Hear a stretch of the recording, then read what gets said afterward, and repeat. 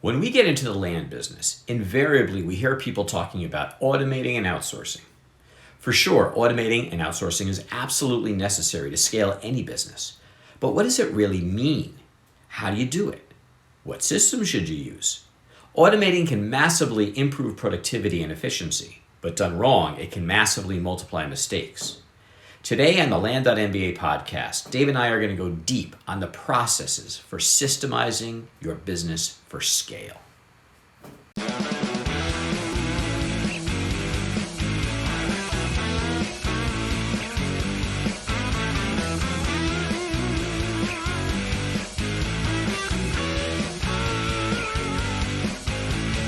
Hey, happy Thursday. Is it Thursday, Howard?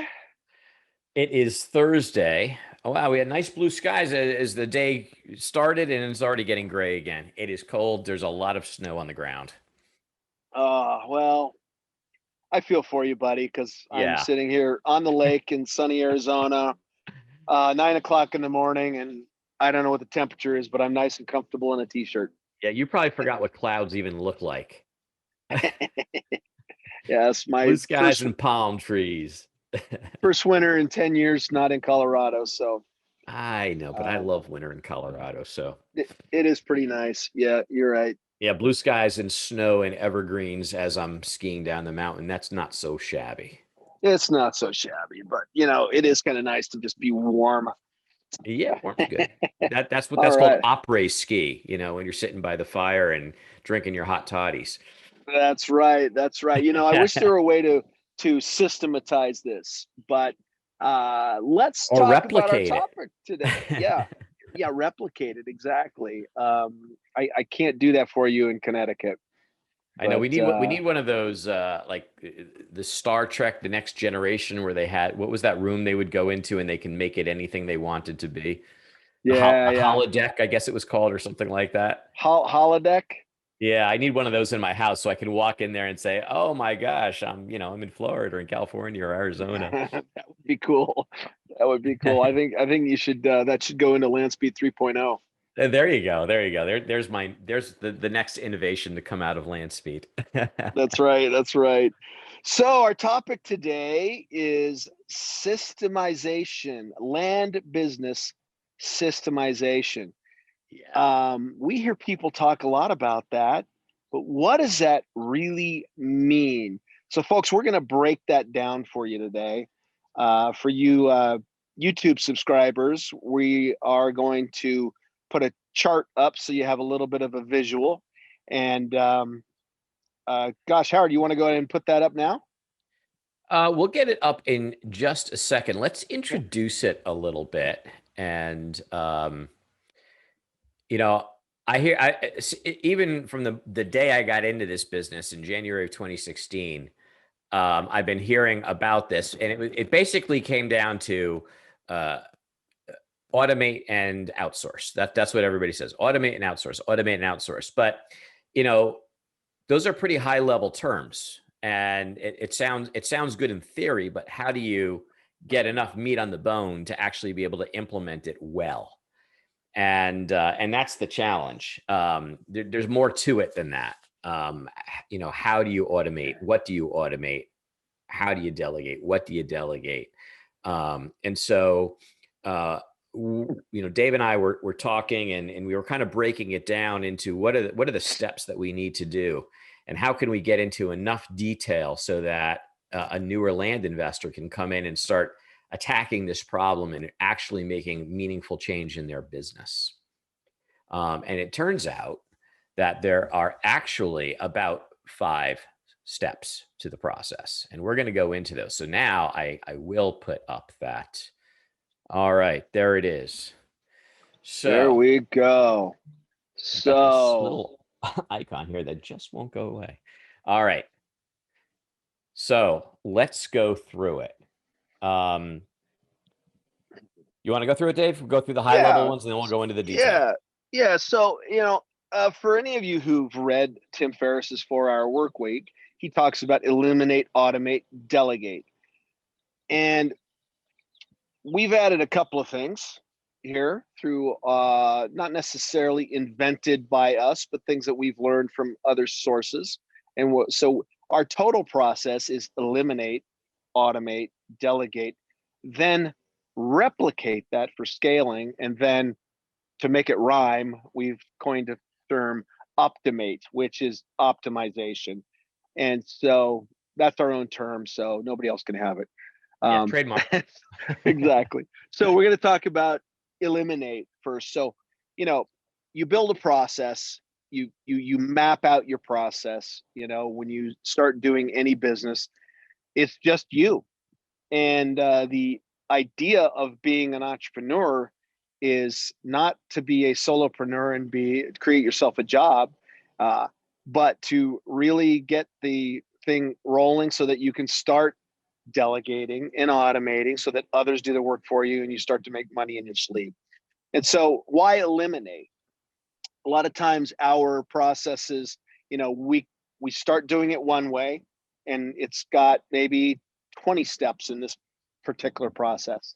And as you start working it, you realize, oh gosh, I don't need to do this part anymore, or this new tool became available, so that takes these 3 steps off of my plate. So that is really kind of on the front end, your process of optimizing that by eliminating extra steps, maybe extra people, extra tools, and making it as streamlined as possible. Because the next step is automate, and you don't want to automate junk. You don't want to take a system that's not as optimal as possible, and start automating that, and certainly not delegating that. So, Howard, I know you are the automation specialist, so I know you've got some things to speak to on that as well. Yeah, well, I mean, I think the eliminate one I mean, it's first because it's really, really important. A lot of times we do things, it, anybody who spent any time in the corporate world will know this. It's like, why do we do this? I don't know. We've always done it. That's the reason. Right. But when you actually look at a process, and the first thing you really have to do, and you said this, Dave, is you have to map out the process. Now, whether you think you have a process or you don't think you have a process, I guarantee you have a process. It may not be a consistent process, but every business has a process after it's been around for even a little while. And we don't necessarily think about it because it's happening organically. But once you start putting it on paper and saying, okay, first I do this, and then I do that, and then I do the next thing. And when I do that, there's a decision point. And if the decision is this way, I go this path. And the decision is that way, I go that path. And you start mapping out that process, right? And all of a sudden you realize that there are many steps to do even simple things. Let me just give an example of this in learning how to drive. When you learn how to drive, or when you drive, let's say all of us, because we've been driving for years and years, we don't actually think about anything. Oh, I want to make a left-hand turn, I make a left-hand turn. But when we're learning to drive and you think about the steps, all right, the turn is coming ahead. I need to put my turn signal on. Then I need to look in my mirrors and out the windows and see what's around me. And then I need to put my foot on the brake and get down to an appropriate speed. And then I have to turn the steering wheel. And all of a sudden you realize that this simple thing of making a left-hand turn is about 5, 6, 7 steps that you're doing. It's just now it's become so internalized that you don't think about it, but they are there. Intuitive the steps now. are always there. Yeah. What's that? It's intuitive now. It's intuitive. Yeah, exactly. So then once you have this committed to paper, the next thing that you would do is you would look at each individual step and ask a couple questions. One, is it necessary? Is it contributing to the process? And how much value is it contributing to the process? Can it be eliminated, or can it be done in a different way so that I don't have to spend time, energy, money, or whatever on that step? And you can't figure that out until you break it down, any process, into the steps. So once you do that, you realize that there are a bunch of steps you may be taking that are completely unnecessary. They're not actually adding any tremendous value to your business whatsoever. So you get them out, get them gone. because like you said, Dave, the last thing you would want to do is then invest in automation or delegation of a task that's not actually contributing meaningful value to your business. So get it gone. That's eliminate. And it's really important that you do that first so that you can make the most out of the next steps, which are automate and delegate. Yeah, absolutely. That's a good lead in. I think we beat that one up pretty good. So automation. There's a lot of things that we can automate, and there are, you know, as we were talking earlier, automation is not just this magic positive thing. Even automation requires, maintenance. Things break sometimes, and you got to fix them. It requires that you make sure that the data that's going into the automation is correct, because one thing that can happen with automation is we can send out the wrong crap real easy and widespread. And um, so you've put together an amazing platform with Landspeed, and managed to automate a lot of the processes, like lead capture and things like that in your system, which helps land investors a ton. So why don't you speak to that a little bit on, kind of the things that people maybe may not realize that they can automate. Sure. Well, so maybe a little bit of history of how I kind of came into this, because I didn't come in with the intention of building a CRM. I came in with the intention of being a land investor. And Right. as my business grew in 2016, I got to the point where I couldn't manage it manually on spreadsheets and post-it notes anymore. And back in those days, there weren't very many options. So I said, you know what, I'm just going to do this myself. And the challenge that people had was there were all these tools out there, but how do you tie them all together in any meaningful fashion? So anyway, I looked at the business, and the first thing I did is I process mapped it. And I start, like everything I do, I start at a very high level and I work my way down into the details. And so at a high level, there are 9 steps to the land business, right? The first thing I'm going to do is select a county. The second thing I'm going to do is I'm going to get a list for that county. Third thing I'm going to do is I'm going to price and scrub the list, or actually scrub and price the list. The fourth thing I'm going to do is I'm going to mail my letters to that list. Then when deals start coming back or calls start coming in, the next step, fifth step, is due diligence. I'm going to do due diligence on the properties that I think I'm interested in. For the ones that pass due diligence, I'm going to go to step 6, which is I'm going to close on the acquisition. Step 7 is I'm going to market the property. Step 8 is I'm going to sell the property. Step 9 is if I've sold it on owner financing, I may have to default on the property. So 9 steps. Once I had that basic layout, then I said, now I can break it down and say, I'm just going to start one step at a time, and I'm going to go really, really deep. And I actually started not with get the list. Or pick a county, because that's more of a strategic project. I started with mailing, because when I looked at what I was doing, I realized that I was spending 4 to 6 hours a week just getting mail out the door, because I was printing in my house, and I was printing my letters, and I was printing my envelopes, and then I was folding them and stuffing them and stamping them and taking them. I mean, it was just crazy. And if you think about it, as an entrepreneur, your most valuable asset, this is interesting. Actually, I shouldn't say the most valuable asset. The number 2 most valuable asset is time. Dave, any idea what the number 1 most valuable asset is? No, because I've always valued time as number 1. The actual most valuable asset we have is our personal energy. How much energy are we putting into our business? How much focus do we have with our business? If we are distracted, if we're not getting enough sleep, if we're not in good enough shape, and so we don't have the energy to give to the business, it really doesn't matter what we do, because we're kind of going to be half-assed about it. So to me, the number 1 asset we bring to the business is our personal energy. The second most valuable asset we bring is our time. Time is way more important than money. Money can be found. We can earn it. Maybe we have it. Maybe we borrow it. Maybe we find investors. There's ways to get more money, but there is no way to get more time. Doesn't matter if it's you, me, Bill Gates, Warren Buffett. Doesn't matter. We all get the exact same amount of time. It's just that some people have figured out how to get a much larger return on their time. And that's what we're trying to do in business. We're trying to get a greater return on our time. So if I'm spending 4 to 6 hours a week on a menial task, that is a very, very poor decision because I'm getting a low return on my invested time. And so that was the first thing I wanted to automate. I wanted to get my mailing automated so that I actually could spend almost 0 minutes per day on mailing. And that was the first thing that I created. And I just created it for my own business.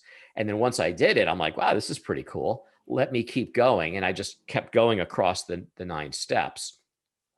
And I would go and I would take each step and I would process map it really, really deeply. And then I would figure out how to go. And, it's not easy to do because then you get like to step 7 and you're like, oh, in step 7, I want to do this. But if I want to do this, I would have needed to do this over in step 2. And then you got to go back to step 2 and you kind of fix step 2 and work it all the way through and make sure it doesn't break anything along the way as you get back up to step 7.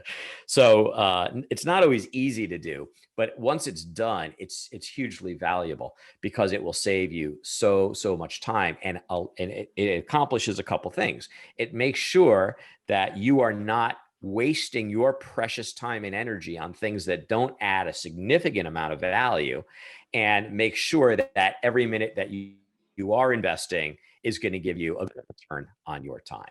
So Right. that's what it's really all about. And so the question I would ask in each step is, how can I automate everything in this step except for those things that I just don't want to, or that I just believe are so strategic that I need to be that hands-on. I'll give you an example. You can automate parts. Well, automate's maybe not the right word, but you can use tools to optimize how you price.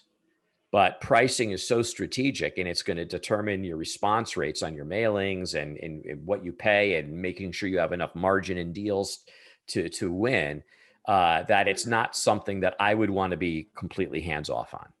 I want to be looking at that, and I need to understand where those numbers come from deeply enough that I have confidence in them. So you can use tools to create the numbers across a large list much faster, but I personally still want to be very invested in the process to make sure that I feel good about those numbers before I send the mail out. That would be an Yeah, example. that's a really, really good point. I actually would like to cite an example of that point that I recently helped one of my student clients with. Before we dive into that, just want to hear from our sponsor, Landspeed. Hey, folks, people often talk about automating and outsourcing your land flipping business, but what does that really mean? Generic solutions leave it to you to figure out how to set up and maintain the automations. I've been running my land business on Landspeed for over 3 years because it's a total solution and allows me to focus on being a great land investor. Landspeed was built specifically for land investing by a land investor. And with many of the most successful people in the business using it for years, it's evolved into one of the most feature-rich solutions on the market. Some of the key benefits I get are being able to create and manage mail campaigns and neighbor letters. I'm able to automate tasks amongst my team, create contracts and deeds, and email, text, or mail them within a few clicks. I can automatically capture sales leads from any lead source, including Facebook Messenger.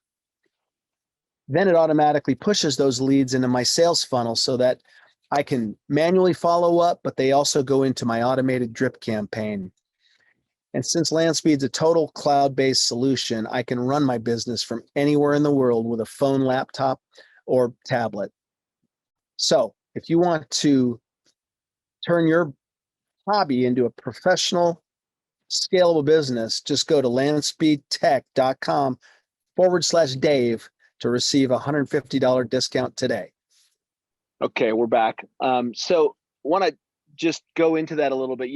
There are some, you produce a product, and this is not to plug your product, but it sort of is because I use it, and I've used another one of the very completely automated pricing services out there, which works very well. However, a point you brought up, when we use Price Boss, which is a semi-automatic, it's not totally, it allows you to use some judgment when you pull in the data and tweak it and go in there and do some investigation.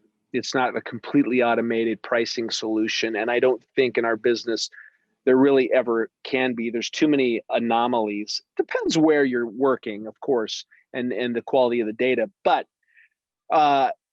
in theory, when the acreage goes up, the price per acre should go down, right? Right. If we're talking mostly like kind properties, etc. So I had one of my clients brought up, he showed me in Price Boss where he had segments of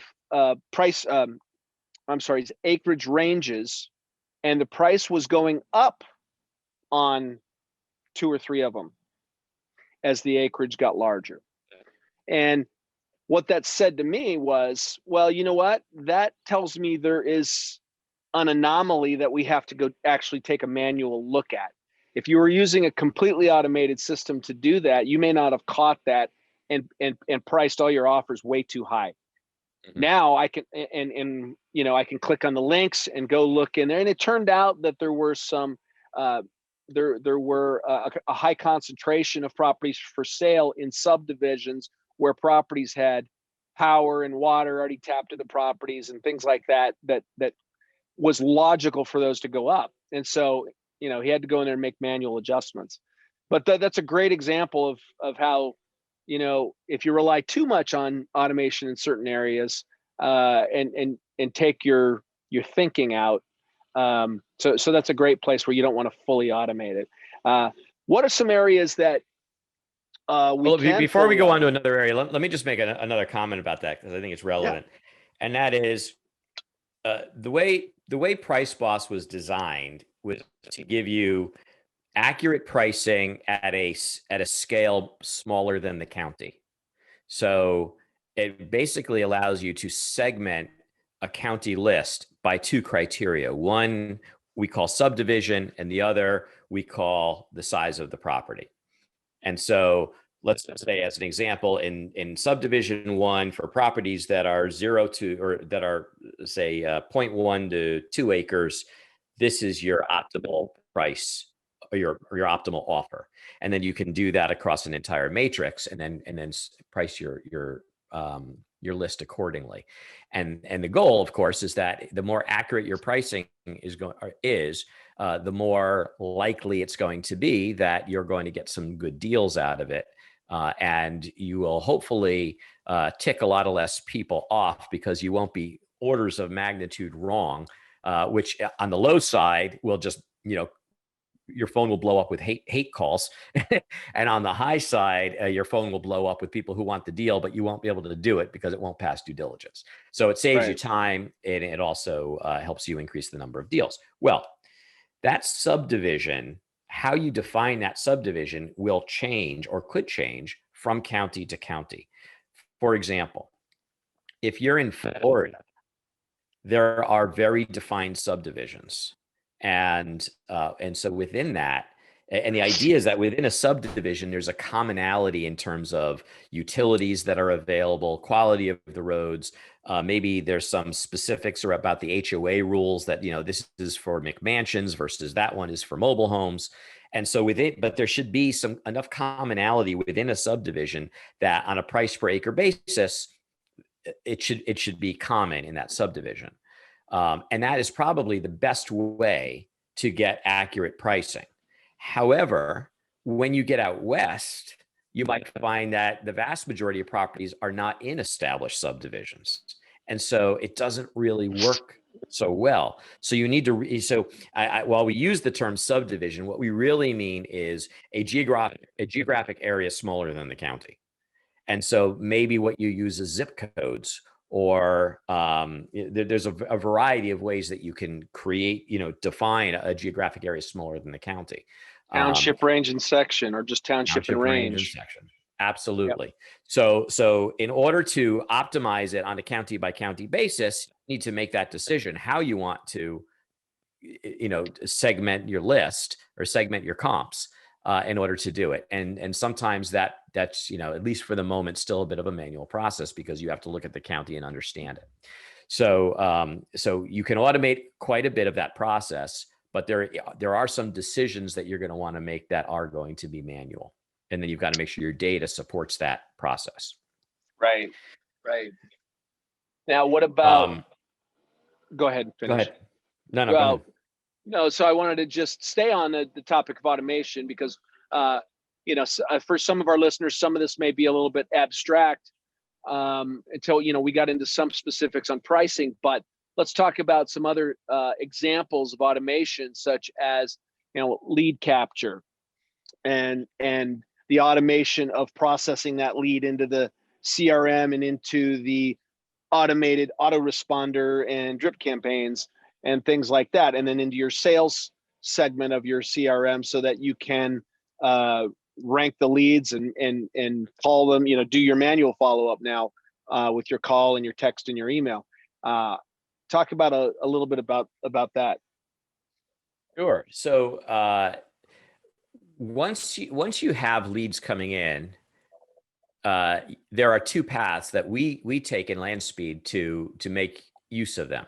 One is we get them into an appropriate CRM system so that we can manage our communications with that lead on a one-to-one basis. And a good CRM system is going to keep track the history of all of our communication with that lead, whether it's via email, phone, text, whatever, so we can see that history. Because sometimes what happens is people just fall off the map. This happened to me.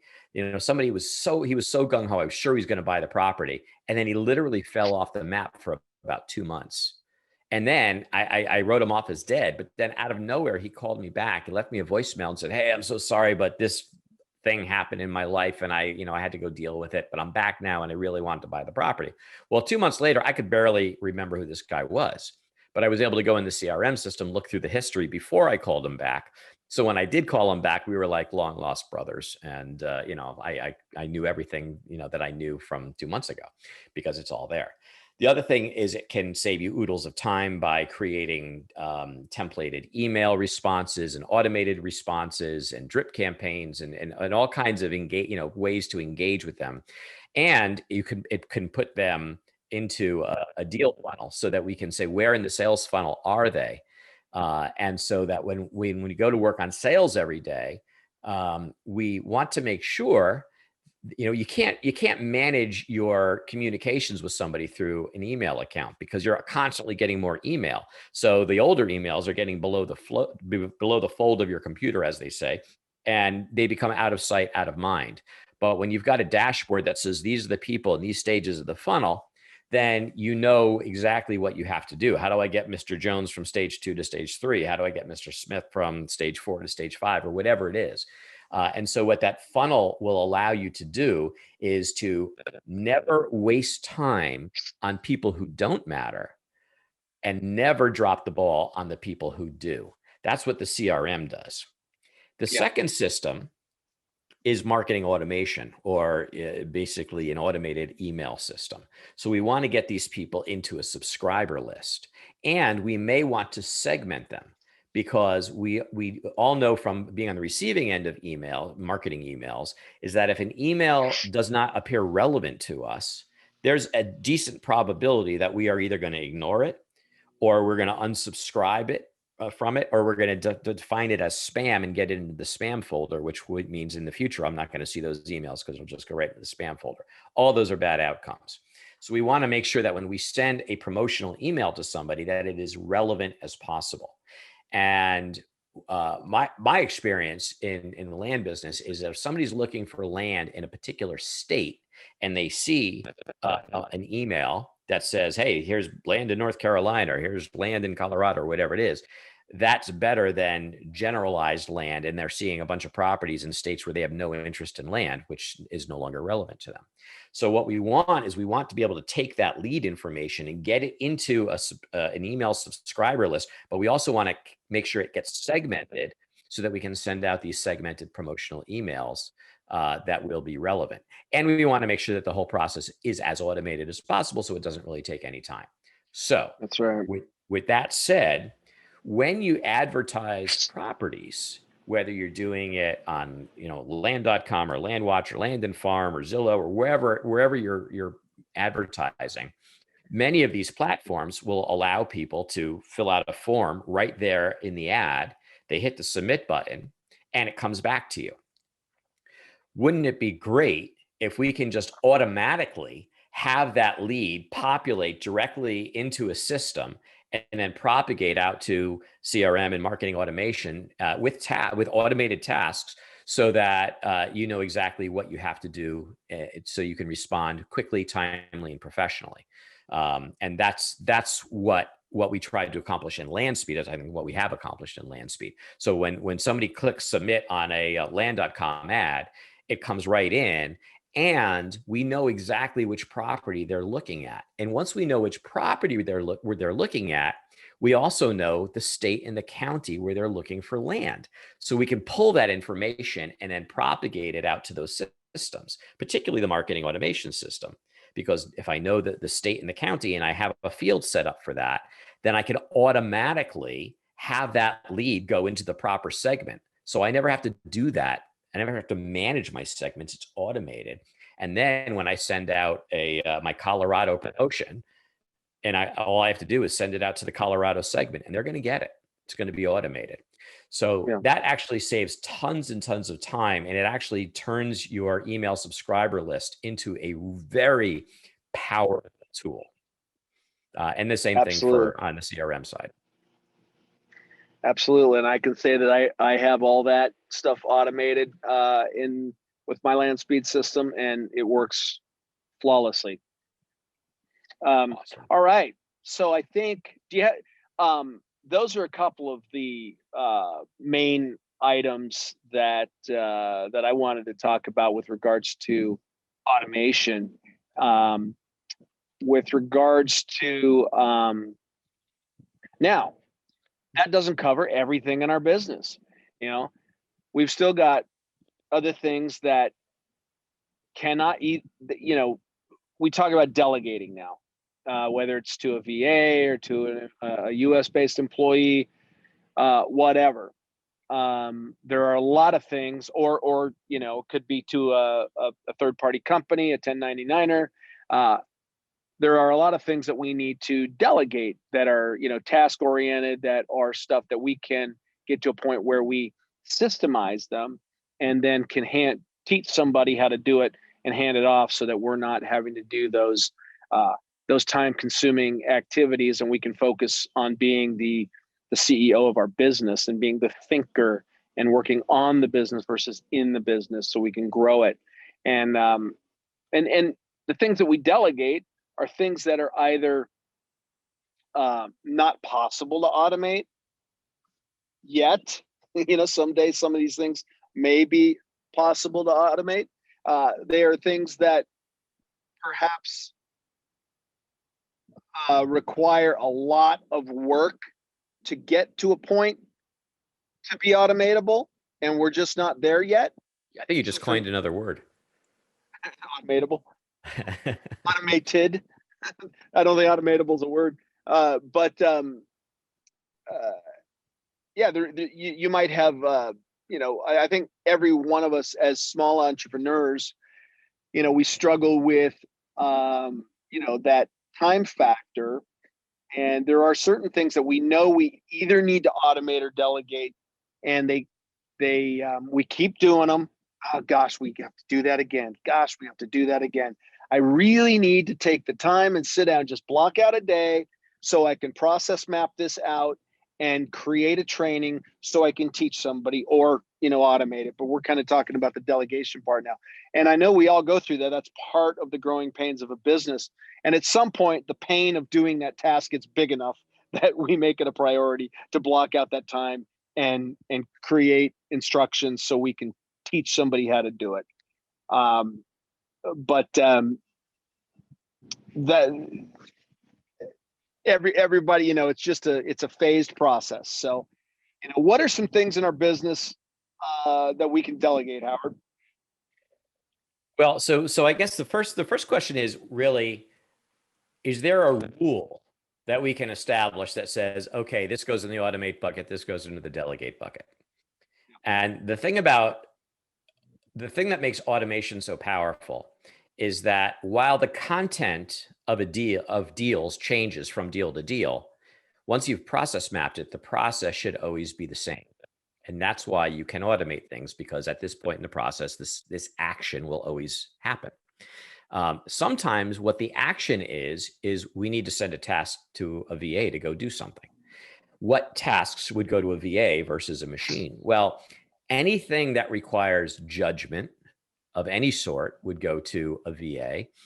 Anything where it's difficult to get consistent digital information that can be acted upon would be an example of something we'd want to delegate. So I'll give you an example of the first thing that I typically delegate in my business. So after I send out the mail, remember, sending out the mail was step 4, right? Step 1 was pick a county. Step 2 was get a list. Step 3 was scrub and price the list. Step 4 is mail. And then step 5 is due diligence. Due diligence costs money. Maybe it's a combination of money and time, depending upon how you do it. But usually, to do a good job, if you want to do a proper chain of title analysis and those things, it's going to cost some money. So I don't want to spend that money until I am sure I want to pursue this property. So I have this kind of step kind of between 4 and 5, which I call, let's call it pre-due diligence. And what I do in that step is I have a list of what I call my knockout questions. Does this property have access to a road? Does this, what are the real back taxes on this property? If they're below a certain amount, then I think, we can handle it and let's move forward. If it's above a certain amount, I need to do some number crunching and make sure this deal can still work before I decide if I want to push through. So getting that information is a bit of a manual process, because I may have gotten some of that information in my initial data dump before I did my mailing. But where am I getting that information? At the end of the day, I'm getting it from a public source. Now, it may be the county, but it's still kind of a public source. And data is only as good as it's managed. Some counties are phenomenal at managing their data, and some counties really suck at it. So I really want to do some quality check on this. So what happens is, in land speed, after you mail, there's a step we call it properties. And that's where we kind of establish a property, put it in inventory. And in that step, I ask these knockout questions. And as soon as that's created, as soon as it hits properties, it automatically sends a task to my VA whose job it is to go answer all those knockout questions. And if it passes all of them, he just pushes the process forward to due diligence and it moves on. If it doesn't pass all those quality checks, then a task comes back to me that says review. And then I review it and decide if I want to pursue it or not. And if so, maybe I need to change the price, maybe I need to do whatever, but how we're going to pursue it. So the interesting thing about that is getting the information in a quality way to answer those questions, at least for now, still requires a human to go get it. It may require a few phone calls. However, the process of initiating the VA to go do that is still automated, because there's still a trigger. When I go to the property step in my process, that's a trigger that automatically sends a task to my VA to do what he's doing. And in that task, it says, if it passes everything, push it forward to due diligence. So that's kind of automated too. And if it doesn't pass, then he basically sends it back to me, or hits a button, sends it back to me, which creates a task to me to follow up. So the whole process of passing the tasks back and forth between the VA and myself is automated, even though the actual underlying work we have to do in a manual fashion. Right. If you're listening to this podcast, you already know that land is a relatively unknown niche of the multi-billion-dollar real estate market with huge profit potential. Seriously, what other business delivers 200, 300, 1,000% return on investment deal after deal? If you're a realtor, wholesaler, house flipper, you know that competition is rising and it's getting harder to source good investment properties. Many of our students have already created new revenue streams with land and added six figures to their incomes. You don't need another course that promises the moon and then delivers an elementary school education. You need a proven program suitable to your experience and ambition. You need a Land.MBA. The Land.MBA is everything you need to blow it out in the land business. Courseware, mentorship, tools, community, and even deal funding. Look, because you're here listening to me, you know that Dave and I don't hold anything back. That's a founding principle we've had from the beginning. With the Land.MBA, you get everything we have to offer. There are no upsells. And now, through popular demand, we've transformed our highly regarded one-to-one coaching program into a small group format at a fraction of the price. And for our debut program, we're offering a whopping 40% off the already amazing price. There are only 3 seats left, and then the price goes back to normal. So don't hesitate. Go right now to www.land.mba/fortune. That's land.mba/fortune. Let us help you create your next path to wealth. Yeah, that's great. And yeah, due diligence is definitely one of those things that can be time consuming, a lot of looking online, a lot of, calling and emailing back and forth to counties and things like that. So it's absolutely something you want to be able to delegate, but that's also something that has to be closely supervised, because, there are some critical items in there, especially if you're self-closing, and you're not going to go through the full due diligence if you're closing through title, but you're still going to do pre-due diligence to make sure you want to actually send the deal to title. Right. And I know some people, just as soon as they get the purchase agreement, they just send it to title. But I've had stuff come up in title and you don't find out about it until 2-3 weeks down the road with title, where you could, if you had your own team doing it, you could find out within 2-3 days maximum, sometimes. And then saved a bunch of money. Yeah, save money and save everybody's time and Right. and headaches. So I believe strongly in that pre-due diligence step. Costs you a little bit of money, but it's just the cost of doing business. And here's another all right. example, Dave. So let's just say you send out the mail and you're sending out, it doesn't matter. I'll give you an example both ways, with a blind offer and a neutral offer. Let's start with a neutral offer. So a neutral offer says, hey, my name's Howard. I'm looking to buy land in your area. Let me know if you're interested. Right. So I send that out, and then somebody comes back, and, you usually get a higher response rate with that kind of an email, or excuse me, with that kind of a letter. So I might be getting 10-15% response rate on that mailer, because people rightly or wrongly are thinking they're going to get full retail value for their property. Well, the next step is, once I have that in, now I have to go do the pricing work on that individual property. And now I have to send them a purchase agreement, which looks like a blind offer. So we have a process in LandSpeed where it's really easy to do that. So you can just send off that follow-up purchase agreement. Well, if the original letter is a blind offer, which says, hey, I want to buy your land and I'm willing to give you this much money for it, and please sign on the dotted line.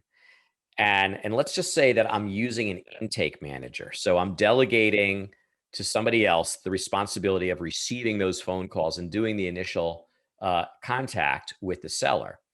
And in that contact, the seller says, well, I do want to sell my property, but I'm not going to sell it for that price. That's ridiculous. Maybe I offered him $500, and he comes back and says, I'll sell it for $1,200. Let's just say. Well, depending upon how skilled and experienced my intake manager is, maybe I give her so much leeway to negotiate. So she can negotiate up to $900, say. Well, if that's the case and she can get it within the $900, she can just make it happen and then send out a revised purchase agreement through LandSpeed. However, she may not have authority to go all the way up to $1,200. So she can just hit a button, boom, it automatically creates a task that comes to me to review it and say, well, I accept 100 for it. I look at it, I'll say yes or no, and I just kind of hit a button again, and LandSpeed says approved or disapproved, which automatically sends the task back to her. And then she can follow up with the customer accordingly. So we can use systems to dramatically improve both the efficiency and the accuracy of communication even though the underlying process is still a bit of a manual process. Awesome. Yeah. Yeah. And there's on the intake, also on the sales side for delegation, you can, and um, you've got leads that are coming in. You want to qualify those leads. So, you talked a little bit about intake and the delegation on that and how the automation works with so it's the automation. There's a certain level of what I like to call semi-automatic automation, right? To where all of the tasks back and forth, you've still got a system, you've got a framework to work within, and you have a human interaction, and then the next step, I've done this, then it triggers a task for so and so. So there's always a little bit of automation in there. But on the sales side, there's a lot of leads that come in are tire kickers. There's a lot of leads that come in, so especially through Facebook, but there's so much volume on Facebook that it creates sales. But you can really drain a lot of your time if you're following up on those Facebook Messenger messages, and even the email leads that come in from some of the paid ad sites. But usually if people are on paid ad sites, they're there with a little bit more of a purpose than somebody just perusing Facebook. So those leads are a little bit generally kind of qualify themselves anyway. But if I have a ton of Facebook leads, I basically have a VA. I have a landing page that we use a MailerLite to set that landing page up. That basically, when somebody clicks the single button, "Is this available?" Or asks a little bit of a question, I have a process where my VA is monitoring that Facebook Messenger and answering with yes. And if there's a reply back, then she goes ahead and pastes this link to my landing page into the answer. And it has some verbiage that says, "Hey, I'd be happy to answer all your questions about this property. Please click on the link and enter your email address. And then we can email you the information and you can see our website." And what that does is twofold. A, if people aren't willing to give you their email address, then it screens out that lead as not really a very viable lead. And then if they do, then when they put their email address into that form, it's going to carry them onto your listings page to see the property. But it also enables you to capture their email information, so now they can be in your funnel and in your drip campaign. And then I make the phone number optional. If they put the phone number in there, that elevates the seriousness of the lead to me, and then my VA will automatically flag my salesperson, task my salesperson to call that lead. Whenever there's a phone number, we call them, because that, to me, that just escalates the lead. But those are a lot of very time consuming things. Now you could end up still being that salesperson, but if you're delegating to a VA to qualify your leads, so you're not spending the time qualifying them, then that can save you a ton of time until you're at a point where you're wanting to outsource your sales. So let's just break that down for a minute, because that's a great story. So the first thing that happens is, we realize that Craigslist has become almost a useless tool for marketing your properties. But Facebook has improved dramatically as a source of leads and sales. The problem with Facebook is that you get so many tire kickers and so many leads that aren't going to go anywhere, that it could completely suck up all of your time. So there's pain. So the first thing that happened in this process is you experienced pain. He said, "I got to solve this problem because this is not a good use of my time, even though I'm getting sales out of it." And then once you did that, you said, "All right, now you've got what it is you're trying to accomplish." And I really think that the first step of everything we should do in business is to say, what is the problem I'm trying to solve? And, and is it the right problem to solve? And when I look at all the problems I have to solve, I want to solve the ones that are going to give me the most bang for my buck first. So now that you've defined the problem that you want to solve, then you can say, all right, the problem is Facebook leads. are taking too much of my personal time to deal with. So I need a process and hopefully some automation and delegation that will take this off of my plate so that I, as the entrepreneur, am only engaging in those opportunities that legitimately have a good chance of converting. And Yes. once you've defined that problem well enough, I was sort of at that point that you and I started talking, and we said, all right, let's come up with a process and a solution, and let's see how we can automate and delegate to put that all together. And I think we were able to do that, but we weren't able to do it Mm-hmm. until we had a very good definition of the problem we were trying to solve for. Yeah, and it works great. I mean, we just, we set up a Zap so that when that landing page gets filled in, the lead emails over to Podio and or Landspeed, and the Zap captures it, and then it pushes that lead into our automation. Right. And it works great. Just like, I mean, it basically works exactly like any leads that come in through email on the Land.com sites, Landflip, and other things. It gets captured and put in the system and automatically followed up on. We have it set to where when the lead goes into our sales side CRM, that it triggers a task for the salesperson, and you can customize all that. So it's great. It really reduces a lot of work. All right, we got 2 more steps to go. So let's plow through this. So the next one is replicate. So talk about that for a minute, Dave. So when you get to the point where you've done eliminate, automate, and delegate, to me, that system now is complete. That system, boom, system 1, 2, 3, 4 in your business, that system is complete. So now replicate comes into scaling. I've completed a process. Now I want to scale my business. Maybe I want to start, doubling my mail to double my deals, and I need to hire another person to be able to manage the automation and delegation and another duplication of that system. So duplicate or replicate. We're using the word replicate. So we're gonna replicate that. Bring another person on and say, here you go. Here's the system, and use that to teach that new person to expand our business. That is replicate.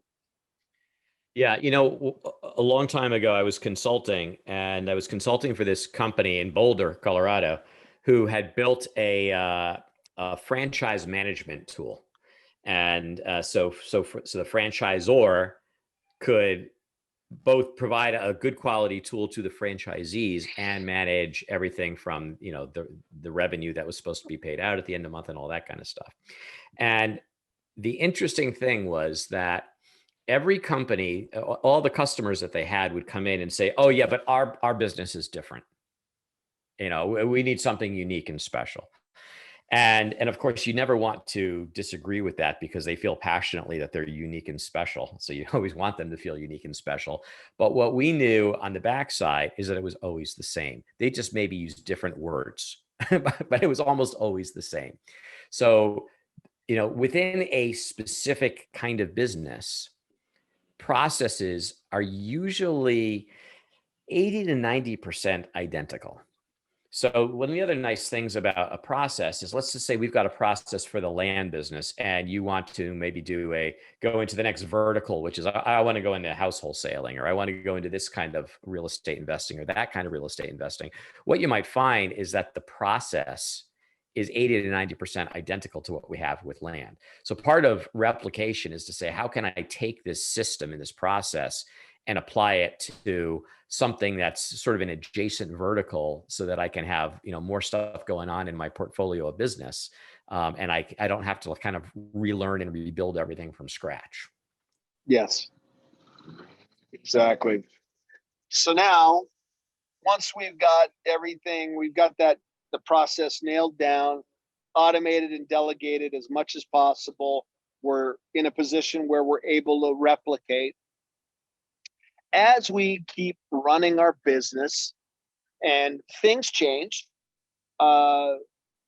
variable things may change. New tools may become available, and we may discover as we're working through our processes that, oh wow, we could eliminate this over here too. We could add this tool and streamline it more. So that's where we come into Optimate, and that is, basically an optimization process where throughout the year we're going to take a look at it. Maybe we do a monthly review, maybe we do a quarterly review, whatever. But as we're working through our systems, we realize, this, doing it this way maybe doesn't work so well anymore. We keep a log of that, and we have every now and then we go in now, we tweak, and that's our continuous improvement, our Kaizen, if you will. Mhm. Yeah, and I think the example that you just gave of the Facebook leads is a perfect example. So when we first started doing land and land speed back in 2016, 2017, uh, it was all about Craigslist. I mean, Craigslist was just a phenomenal tool for marketing properties. That ended up stopping. Facebook came in, so now we had a different problem to solve for. And once we experienced a new pain, we had a new problem to solve, then we would optimize it. All right, how do we optimize that particular problem, and find a solution for it, for the entrepreneurs. So and it goes through the same process. I mean, what in my last corporate job, I had this gal that worked for me. She was terrific. She was a data scientist, and she would take her team once a month, and they would have a whole meeting, a whole session whose topic was kill the stupid rule. Because in corporate, there's always a million stupid rules. You're doing something because, like I said, why are you doing it? Oh, well, we've always done that, so we just do it.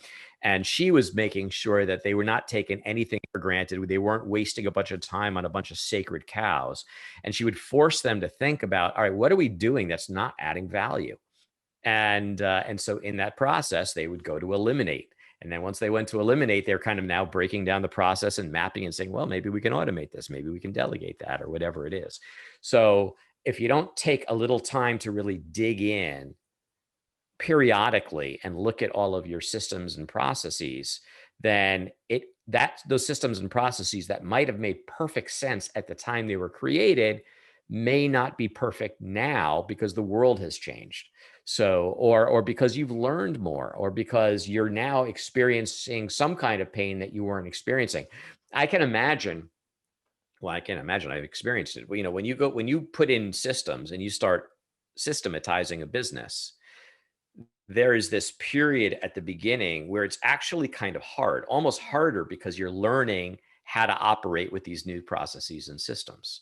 And it's sort of like when you're learning how to drive a car and you have to think through all the 5 to 7 steps of making a left-hand turn. It takes a lot of mental energy until you internalize it, and it just becomes natural and normal.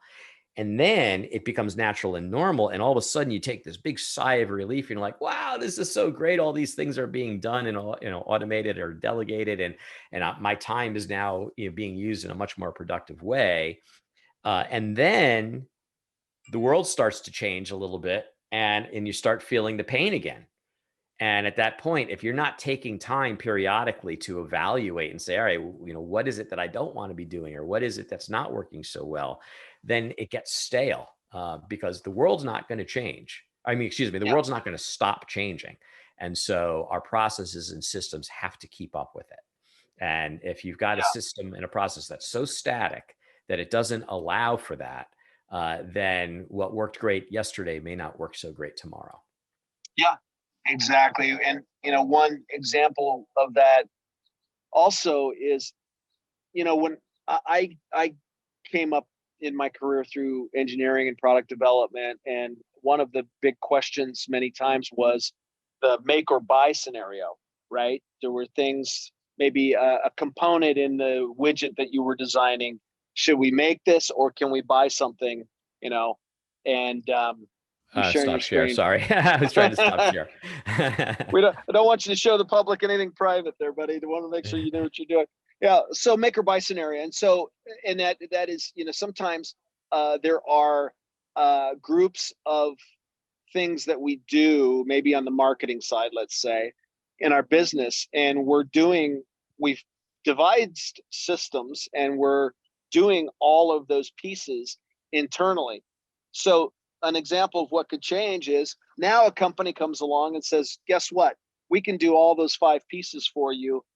And you can outsource all of that to us, so that if you lose a person, you don't have to retrain them, et cetera, et cetera. And we're staying on top of it because that's our focus. So you may look at it and say, boy, it's a little bit expensive to outsource all that to that person. But then when you really whittle it down and see how much you're actually spending internally and whatnot, you may decide, you know what, we're going to take those 5 processes out of our business, and it's going to become one, and we're going to now outsource those 5 processes to another company. So that's just another example of things that change as, we have people that innovate and then offer a value proposition to you, so that now it even becomes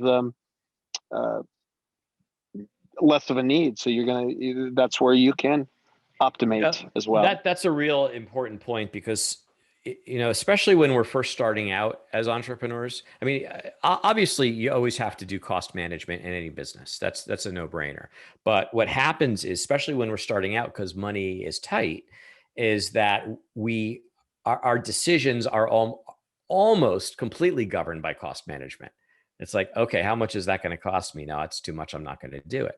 But as we said, cost is probably the 3rd most important thing that or I should say capital is probably the 3rd most important thing that we have to manage in our business, after our energy and after our time. If money is short, then it becomes more important, obviously.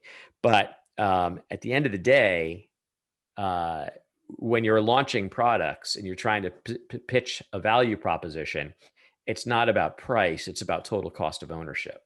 And one of the questions that we on the buy side have to ask is, all right, I'm going to have to pay money over there to do this that I wouldn't have otherwise had to pay.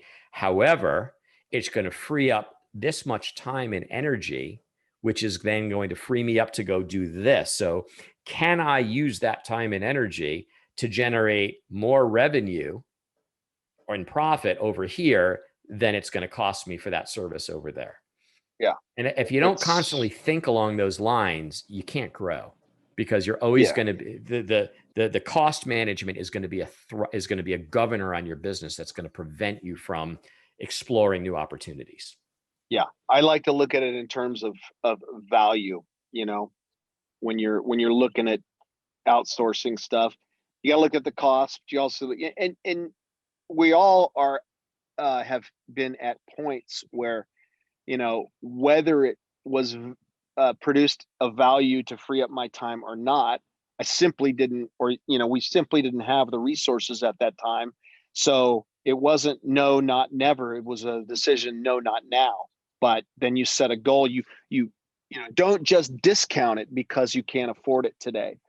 You really look at it and say, boy, yeah, that would be valuable and free up so much of my time. So then set a goal on how and when you're going to get there, and prioritize we can't just outsource everything at once. You got to outsource as you go. And so, or delegate as you go. So we have to make a plan, build a budget, and then prioritize. Okay, I need X amount more cash flow coming in to outsource this portion. And then I'm going to get 5 more hours a week or 10 more hours a week. And then this, and then this. It's a step process. So call it optimating, if you will. You're optimizing your You're a master optimator. Yeah, well, I think this session is run a little bit longer than one of our typical podcasts, so we probably should bring it to a conclusion. But hopefully this was valuable to people. I think we got into some pretty chunky topics and ideas here.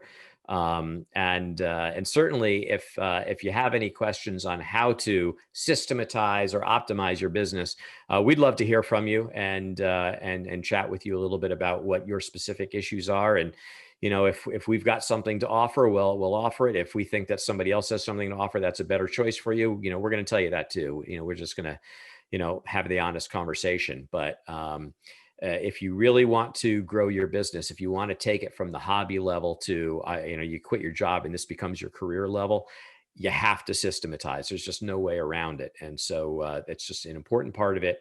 And it's a lot more than simply saying those words. Oh, you got to automate and outsource. The devil's in the details. You got to do it right.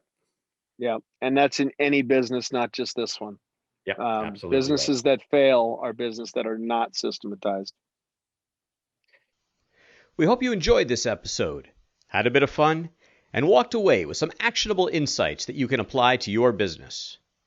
Dave and I have got some great content and interviews planned, so don't forget to rate and review, and of course subscribe to this podcast on iTunes, Google Play, Stitcher, or wherever you get your podcasts. If we mention any interesting links or tools, you'll find them in the show notes. To learn more about Land.MBA, visit our website at, wait for it, Land.MBA. See you next time on the Land.MBA podcast.